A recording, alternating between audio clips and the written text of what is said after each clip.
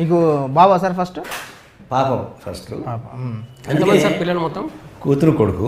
ఏం పేరు పెద్ద బాబు పేరు? స్పందన.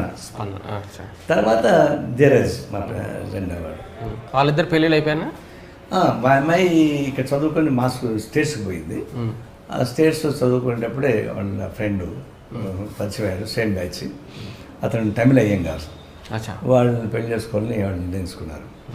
మా అబ్బాయి ఇక్కడ చదువుకునేటప్పుడే ఈ సుధా అని వాళ్ళ కొలీగ్ వాళ్ళు పెళ్లి చేసుకోవాలని అవగాహనకు వచ్చారు.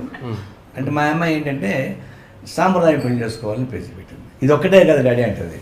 అప్పుడు మా అన్నని పిలిచి నువ్వే కన్యాదానం చేయి, నాకు పేటల కూర్చొని మంత్రాలు యంత్రాలు కన్విక్షన్ అయినప్పుడు కూర్చుంటే నటనలాగా ఉంటుంది అంటే అప్పుడు మా అన్న వచ్చి మా అన్న మా వదిన వాళ్ళే పేటలను చూసుకొని కన్యాదానం చేశారు.